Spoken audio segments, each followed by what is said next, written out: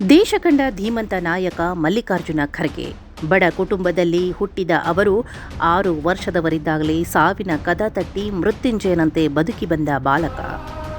ಪ್ರಾರಂಭದಲ್ಲಿ ರಾಜಕೀಯ ಎಂಟ್ರಿ ಕೊಟ್ಟಾಗ ತಮ್ಮ ಟಿಕೆಟ್ಗಾಗಿ ಪರದಾಡಿದ್ದ ಯುವಕ ಇದೀಗ ನೂರಾರು ಜನರಿಗೆ ಟಿಕೆಟ್ ಕೊಡುವ ಸ್ಥಾನಕ್ಕೆ ಬೆಳೆದಿದ್ದೇ ಒಂದು ಅಚ್ಚರಿ ಸ್ಟೋರಿ.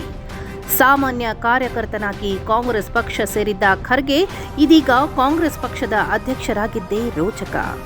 ಹಾಗಾದ್ರೆ ಖರ್ಗೆ ನಡೆದು ಬಂದ ಹಾದಿ ಎಂತಹದ್ದು, ಅವರ ಜೀವನ ಚರಿತ್ರೆ ಏನು ಅನ್ನೋದನ್ನ ನಾವು ನಿಮ್ಗೆ ಹೇಳ್ತೀವಿ, ಕೇಳಿ. ಮಲ್ಲಿಕಾರ್ಜುನ ಖರ್ಗೆ ಅವರ ಜೀವನ ಚರಿತ್ರೆಗೆ ಒಂದು ರೋಚಕ ಸ್ಟೋರಿ. ಬಡ ಕುಟುಂಬದಲ್ಲಿ ಜನಿಸಿದ ಖರ್ಗೆ ಎಐಸಿಸಿ ಅಧ್ಯಕ್ಷ ಸ್ಥಾನಕ್ಕೆ ಏರಿದ್ದು ಒಂದು ಅಚ್ಚರಿ. ಹೌದು, ಕಾಂಗ್ರೆಸ್ ಕಟ್ಟಾಳು ಎಐಸಿಸಿ ಅಧ್ಯಕ್ಷ ಮಲ್ಲಿಕಾರ್ಜುನ ಖರ್ಗೆ ಅವರದು ಸುದೀರ್ಘ 50 ವರ್ಷಗಳ ರಾಜಕೀಯ ಜೀವನ. ಅಧಿಕಾರಕ್ಕಾಗಿ ರಾಜಕೀಯ ಮಾಡಬಾರದು, ರಾಜಕಾರಣಿಗಳು ಸಿದ್ಧಾಂತದ ಮೇಲೆ ನಡೆಯಬೇಕು ಅಂತ ಹೇಳಿಕೊಟ್ಟ ಧೀಮಂತ ನಾಯಕ. ಅಷ್ಟೇ ಅಲ್ಲ, ಕಾಂಗ್ರೆಸ್ ಪಕ್ಷದ ಶಿಸ್ತಿನ ಸಿಪಾಯಿ. ಒಂದು ಕಾಲದಲ್ಲಿ ಕಾಂಗ್ರೆಸ್ ಟಿಕೆಟ್ಗೆ ಪರದಾಡಿದ್ದ ಮಲ್ಲಿಕಾರ್ಜುನ ಖರ್ಗೆ ಇದೀಗ ಆ ಪಕ್ಷದ ಉನ್ನತ ಹುದ್ದೆ ಎಐಸಿಸಿ ಅಧ್ಯಕ್ಷ ಸ್ಥಾನಕ್ಕೇರಿರುವ ಕನ್ನಡಿಗ ರಾಜಕಾರಣಿ ಮಲ್ಲಿಕಾರ್ಜುನ ಖರ್ಗೆ ಅವರು 2-3 ಬಾರಿ ಸಿಎಂ ಸ್ಥಾನ ಕೈತಪ್ಪಿದ್ರೂ ಪಕ್ಷ ಬಿಡದೆ ನಿಷ್ಠೆ ಮೆರೆದು ಇದೀಗ ನೂರಾರು ಜನರಿಗೆ ಟಿಕೆಟ್ ಕೊಡುವ ಸ್ಥಾನಕ್ಕೆ ಹೋಗಿರುವ ಅವರ ಜೀವನ ಸಾಧನೆ ಹಲವರಿಗೆ ಪ್ರೇರಣೆ. ಅಗ್ನಿ ದುರಂತದಲ್ಲಿ ಮನೆಯವರನ್ನ ಕಳೆದುಕೊಂಡ ಪುಟ್ಟ ಬಾಲಕ. ನಂತರ ತಂದೆಯೊಂದಿಗೆ ಕಲಬುರಗಿಗೆ ಬಂದು ಕಟ್ಟಿಕೊಂಡ ಯುವಕ. ಬೀದರ್ ಜಿಲ್ಲೆಯ ಭಾಲ್ಕಿ ತಾಲೂಕಿನ ವರವಟ್ಟಿ ಅನ್ನೋ ಕುಗ್ರಾಮದಲ್ಲಿ ಜುಲೈ 21, 1942ರಲ್ಲಿ ಜನಿಸಿದ್ದ ಮಲ್ಲಿಕಾರ್ಜುನ ಖರ್ಗೆ ಅವರಿಗೆ ಇದೀಗ 83 ವರ್ಷ. ಚಿಕ್ಕ ವಯಸ್ಸಿನಲ್ಲಿಯೇ ವರವಟ್ಟಿಯಲ್ಲಿದ್ದ ಮನೆಗೆ ಬೆಂಕಿ ಬಿದ್ದಿದ್ದರಿಂದ ಕುಟುಂಬದ ಅನೇಕರನ್ನ ಕಳೆದುಕೊಂಡಿದ್ದ ಮಲ್ಲಿಕಾರ್ಜುನ ಖರ್ಗೆ ಅವರು ತಂದೆಯ ಜೊತೆಗೆ ಕಲಬುರಗಿಗೆ ಬಂದಿದ್ದರು. ಮಲ್ಲಿಕಾರ್ಜುನ ಖರ್ಗೆ ಅವರು 6 ವರ್ಷದವರಿದ್ದಾಗಲೇ ಅವರ ಮನೆಗೆ ಬೆಂಕಿ ಬಿದ್ದಿತ್ತು. ಆ ಘಟನೆಯಲ್ಲಿ ತಾಯಿ, ಸಹೋದರಿಯರು ಸೇರಿದಂತೆ ಕುಟುಂಬದ ಅನೇಕರನ್ನ ಕಳೆದುಕೊಂಡಿದ್ದರು.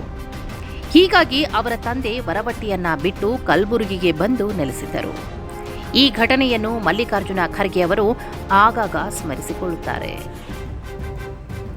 ಇನ್ನು ಹುಟ್ಟೂರು ಬಿಟ್ಟು ಕಲಬುರಗಿಗೆ ತಂದೆ ಜೊತೆ ಬಂದ ಮಲ್ಲಿಕಾರ್ಜುನ ಖರ್ಗೆ ಕಲಬುರಗಿಯಲ್ಲಿಯೇ ತಮ್ಮ ಶಿಕ್ಷಣವನ್ನ ಪಡೆಯುತ್ತಾರೆ. ಇನ್ನು ಪದವಿ ಓದುತ್ತಿದ್ದಾಗಲೇ ವಿದ್ಯಾರ್ಥಿ ಒಕ್ಕೂಟದ ಪ್ರಧಾನ ಕಾರ್ಯದರ್ಶಿಯಾಗಿ ಆಯ್ಕೆಯಾಗಿದ್ದರು. ನಂತರ ವಿದ್ಯಾರ್ಥಿ ಒಕ್ಕೂಟ ಉಪಾಧ್ಯಕ್ಷರಾದರು. 1964ರಲ್ಲಿ ಮಲ್ಲಿಕಾರ್ಜುನ ಖರ್ಗೆ ಕಾಲೇಜು ಒಕ್ಕೂಟದ ಪ್ರಧಾನ ಕಾರ್ಯದರ್ಶಿ ಚುನಾವಣೆಗೆ ಸ್ಪರ್ಧಿಸಿದ್ದರು.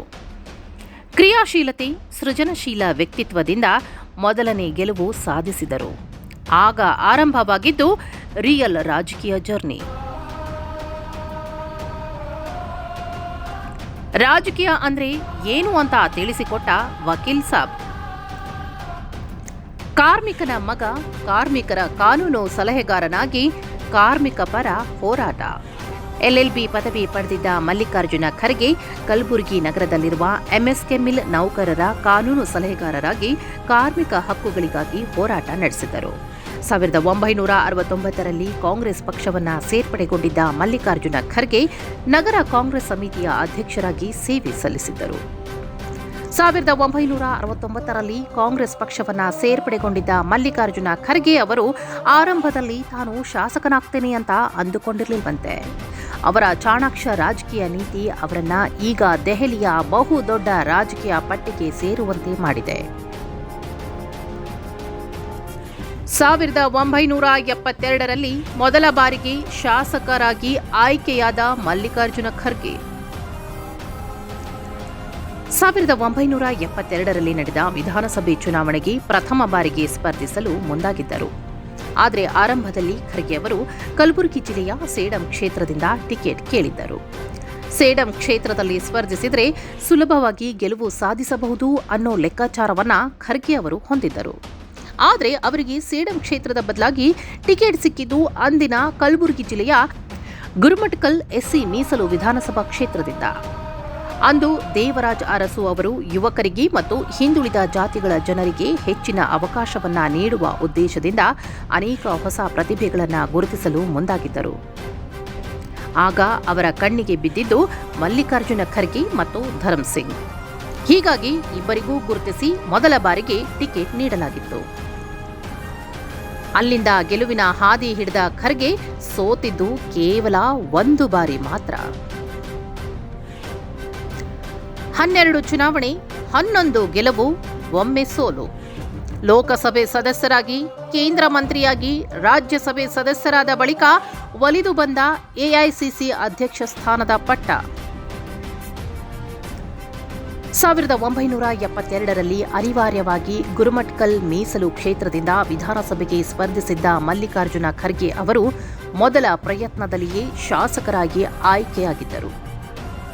ಮೊದಲ ಬಾರಿ ಶಾಸಕರಾಗಿದ್ದಾಗಲೇ 1976 ಪ್ರಾಥಮಿಕ ಮತ್ತು ಪ್ರೌಢ ಶಿಕ್ಷಣ ಸಚಿವರಾಗಿ ಆಯ್ಕೆಯಾಗಿದ್ದರು. 2004ರವರೆಗೆ ಗುರುಮಟ್ಕಲ್ ಕ್ಷೇತ್ರದಿಂದ 8 ಬಾರಿ ಸ್ಪರ್ಧಿಸಿ 8 ಬಾರಿ ಗೆಲುವು ಸಾಧಿಸಿದ್ದ ಖರ್ಗೆ 1 ಬಾರಿ ಚಿತ್ತಾಪುರ ಮೀಸಲು ಕ್ಷೇತ್ರದಿಂದ ಸ್ಪರ್ಧಿಸಿ ಗೆದ್ದಿದ್ದಾರೆ. ಮಲ್ಲಿಕಾರ್ಜುನ ಖರ್ಗೆ ರಾಜ್ಯದಲ್ಲಿ ಅನೇಕ ಖಾತೆಗಳ ಸಚಿವರಾಗಿ ಕಾರ್ಯನಿರ್ವಹಿಸಿದ್ದರು. ಕೆಪಿಸಿಸಿ ಅಧ್ಯಕ್ಷರಾಗಿ, ವಿರೋಧ ಪಕ್ಷದ ನಾಯಕರಾಗಿ ಸಮರ್ಥವಾಗಿ ಕೆಲಸ ಮಾಡಿದ್ದ ಮಲ್ಲಿಕಾರ್ಜುನ ಖರ್ಗೆ ಪಕ್ಷ ನೀಡಿದ ಜವಾಬ್ದಾರಿಯನ್ನು ಅಚ್ಚುಕಟ್ಟಾಗಿ ನಿರ್ವಹಿಸುವ ಗುಣವನ್ನು ಬೆಳೆಸಿಕೊಂಡಿದ್ದರು. 2008ರಲ್ಲಿ ಕಲಬುರಗಿ ಜಿಲ್ಲೆಯ ಚಿತ್ತಾಪುರ ಕ್ಷೇತ್ರದಿಂದ ಸ್ಪರ್ಧಿಸಿ 9ನೇ ಬಾರಿಗೆ ವಿಧಾನಸಭೆಯನ್ನ ಪ್ರವೇಶಿಸಿದ್ದರು. ಆದರೆ ರಾಜ್ಯ ವಿಧಾನಸಭೆಯ ಸದಸ್ಯರಾಗಿದ್ದಾಗಲೇ ಅವರಿಗೆ ರಾಜ್ಯ ರಾಜಕಾರಣದಿಂದ ಕೇಂದ್ರ ರಾಜಕಾರಣಕ್ಕೆ ಪಕ್ಷದ ನಾಯಕರಿಂದ ಬುಲಾವ್ ಬಂದಿತ್ತು. ಮೊದಲು ಸಾಮಾನ್ಯ ಕ್ಷೇತ್ರವಾಗಿದ್ದ ಕಲಬುರಗಿ 2009ರಲ್ಲಿ ಎಸ್ಸಿ ಮೀಸಲು ಲೋಕಸಭಾ ಕ್ಷೇತ್ರವಾಗಿ ಪರಿವರ್ತಿತವಾಗಿತ್ತು. ಆಗ ಸ್ವತಃ ಸೋನಿಯಾ ಗಾಂಧಿ ಅವರು ಮಲ್ಲಿಕಾರ್ಜುನ ಖರ್ಗೆ ಅವರಿಗೆ ಕರೆ ಮಾಡಿ ಕಲಬುರಗಿ ಲೋಕಸಭಾ ಕ್ಷೇತ್ರದಿಂದ ಸ್ಪರ್ಧಿಸಬೇಕು, ತಾವು ಕೇಂದ್ರ ರಾಜಕೀಯಕ್ಕೆ ಬರಬೇಕು ಅಂತ ಹೇಳಿದ್ದರಂತೆ. ಆದರೆ ರಾಜ್ಯ ರಾಜಕೀಯದಲ್ಲಿಯೇ ಉತ್ತಮ ಹಿಡಿತ ಹೊಂದಿದ್ದ ಮಲ್ಲಿಕಾರ್ಜುನ ಖರ್ಗೆ ಹೈಕಮಾಂಡ್ ಆದೇಶವನ್ನ ಧಿಕ್ಕರಿಸದೆ ಕೇಂದ್ರ ರಾಜಕೀಯಕ್ಕೆ ಹೋಗಲು ಸಿದ್ಧರಾಗಿದ್ದರು. ಹೀಗಾಗಿ 2009ರಲ್ಲಿ ನಡೆದ ಲೋಕಸಭಾ ಚುನಾವಣೆಯಲ್ಲಿ ಕಲಬುರಗಿ ಕ್ಷೇತ್ರದಿಂದ ಸ್ಪರ್ಧಿಸಿ ಜಯಗಳಿಸಿದ್ದರು. ಆಗ ಕೂಡ ಕೇಂದ್ರದಲ್ಲಿ ಕಾರ್ಮಿಕ ಸಚಿವರಾಗಿ, ರೈಲ್ವೆ ಸಚಿವರಾಗಿ ಕೆಲಸ ಮಾಡಿದ್ದರು. 2014ರಲ್ಲಿ 2ನೇ ಬಾರಿಗೆ ಕೂಡ ಕಲಬುರಗಿ ಲೋಕಸಭಾ ಕ್ಷೇತ್ರದಿಂದ ಸ್ಪರ್ಧಿಸಿ ಗೆದ್ದಿದ್ದರು. ಆಗ ಕಾಂಗ್ರೆಸ್ ಪಕ್ಷದ ನಾಯಕರಾಗಿ ಕೆಲಸ ಮಾಡಿದ್ದ ಮಲ್ಲಿಕಾರ್ಜುನ ಖರ್ಗೆ ಅವರು ಲೋಕಸಭೆಯಲ್ಲಿ ಆಡಳಿತ ಪಕ್ಷದ ಅನೇಕ ಯೋಜನೆಗಳ ಬಗ್ಗೆ ತಮ್ಮ ಮಾತುಗಳಿಂದ ಯಶಸ್ವಿಯಾಗಿ ವಿರೋಧಿಸುವ ಕೆಲಸ ಮಾಡಿದ್ದರು. ಲೋಕಸಭೆಯಲ್ಲಿ ಕಾಂಗ್ರೆಸ್ ಪರವಾಗಿ ಗಟ್ಟಿಯಾಗಿ ಮಾತನಾಡುವ ಮೂಲಕ ಆಡಳಿತ ಪಕ್ಷವನ್ನ ಮುಜುಗರಕ್ಕೆ ಸಿಲುಕಿಸುವ ಕೆಲಸ ಮಾಡಿದ್ದರು. ಆದರೆ 2018ರಲ್ಲಿ ನಡೆದ ಲೋಕಸಭಾ ಚುನಾವಣೆಯಲ್ಲಿ ಸ್ಪರ್ಧಿಸಿದ್ದ ಮಲ್ಲಿಕಾರ್ಜುನ ಖರ್ಗೆ ಮೊದಲ ಬಾರಿಗೆ ಸೋಲನ್ನು ಅನುಭವಿಸಿದರು. 3 ಬಾರಿ ಸಿಎಂ ಸ್ಥಾನದಿಂದ ವಂಚಿತರಾಗಿರೋ ಖರ್ಗೆ 1999, 2004, 2013ರಲ್ಲಿ ಮುಖ್ಯಮಂತ್ರಿ ಆಗುವ ಅವಕಾಶ ಖರ್ಗೆ ಅವರಿಗೆ ಇತ್ತು. ಲಾಬಿ ಮಾಡಿದ್ರೆ, ಶಾಸಕರನ್ನ ಸೆಳೆಯುವುದು, ಗುಂಪುಗಾರಿಕೆ ಮಾಡಿದ್ರೆ ಖರ್ಗೆ ಅವರು ಆಗಲೇ ಸಿಎಂ ಆಗಬಹುದಿತ್ತು. ಆದರೆ ಎಂದಿಗೂ ಕೂಡ ಲಾಬಿ ಮಾಡದೆ, ಪಕ್ಷದ ನಿರ್ಧಾರವನ್ನ ಮೀರದೆ, ಅಶಿಸ್ತು ತೋರಿಸದೇ ಇದ್ದ ಪರಿಣಾಮ 3 ಬಾರಿ ಅವರು ಸಿಎಂ ಸ್ಥಾನದಿಂದ ವಂಚಿತರಾದರು. ಆದರೂ ಎದೆಗುಂದದೆ ಕಾಂಗ್ರೆಸ್ ಪಕ್ಷಕ್ಕೆ ನಿಷ್ಠಾವಂತ ಕಾರ್ಯಕರ್ತರಾಗಿ ಮುಂದೆ ಸಾಗಿದರು. 371 ಕಲಂ ಜಾರಿಗೆ ಅವರು ಪಟ್ಟ ಕಷ್ಟ ಕಲ್ಯಾಣ ನಾಡಿನ ಜನರ ಮನಸ್ಸು ಗೆದ್ದಿತು. ಕಳೆದ ಚುನಾವಣೆಯಲ್ಲಿ ಅವರ ಸೇವೆಗೆ ಮನಸೋತ ಕಲ್ಯಾಣ ಕರ್ನಾಟಕದ ಜನ ಕಳೆದ ಬಾರಿ ಕಲ್ಯಾಣ ಕರ್ನಾಟಕದಲ್ಲಿ ಅತಿ ಹೆಚ್ಚು ಸ್ಥಾನ ಗೆಲ್ಲಿಸುವ ಮೂಲಕ ಖರ್ಗೆ ಅವರ ಕೈ ಹಿಡಿದಿದ್ದಾರೆ. ಅವರ ಶ್ರಮದಿಂದ ಇದೀಗ ಎಐಸಿಸಿ ಅಧ್ಯಕ್ಷರಾಗಿ ಕಲಬುರಗಿ ಕೀರ್ತಿಯನ್ನ ದೇಶದ ರಾಜಧಾನಿಯಲ್ಲಿ ಬೆಳಗುತ್ತಿದ್ದಾರೆ.